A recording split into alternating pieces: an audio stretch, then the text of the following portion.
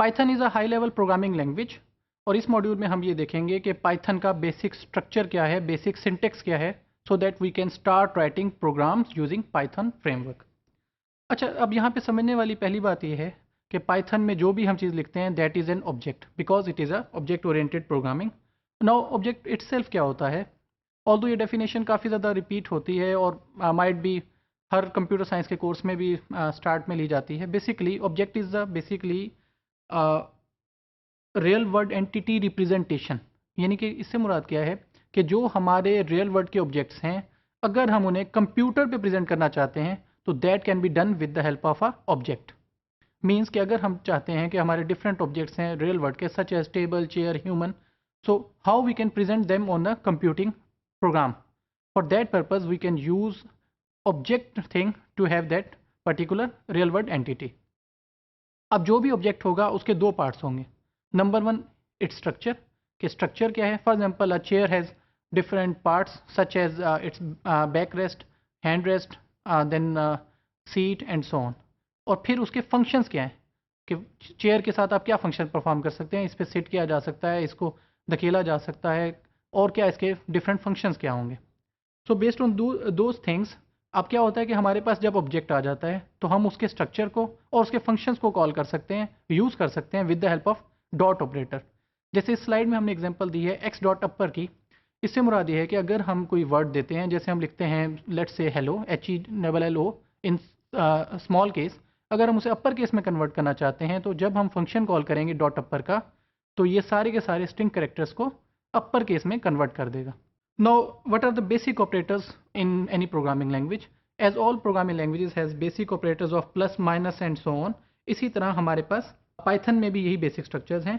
अब ये particular example अगर मैं बात करूँ तो जो ये हमारी example है ये basically हमें simple बता रही है कि अगर हम दो numbers लेते हैं, let's say we want to make a calculator, अब अगर हम उसमें sum, product और remainder के function करना चाहते हैं तो that is very easy कि हम पहले दो variables declare करें, x is equal to 14 here, y is 3। तो ये हमने दो वेरिएबल्स डिक्लेयर किए। Then we want to print sum. Sum का प्रिंट का मतलब ये है एक्स जमा वाई करो तो क्या सम आए, विच इज शोन हेयर, तो it will print 17। Then we have print product X into Y, तो it is 42 and then X modulus Y कि 14 डिवाइड बाई 3, मॉडुलस से मुराद रिमाइंडर होता है, यानी कि 14 को 3 पे जब डिवाइड करते हैं तो 12 और reminder is 2 which is shown hair.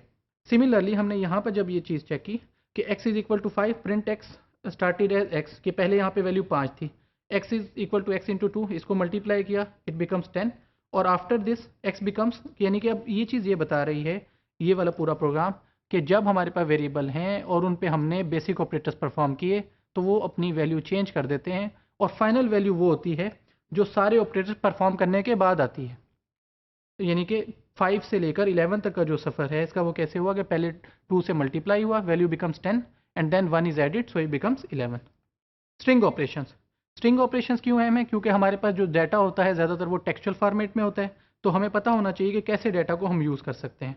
For example अगर मैं ये एग्जांपल लूँ तो इसमें जो स्ट्रिंग ऑपरेशन है इट इज़ स्ट्रेट फॉरवर्ड कि अगर हम दो वेरिएबल्स लें a is equal to pan and b is equal to cake, so a plus B would becomes pan cake, pan cake का वो कंबाइन कर देगा विदाउट स्पेसिस।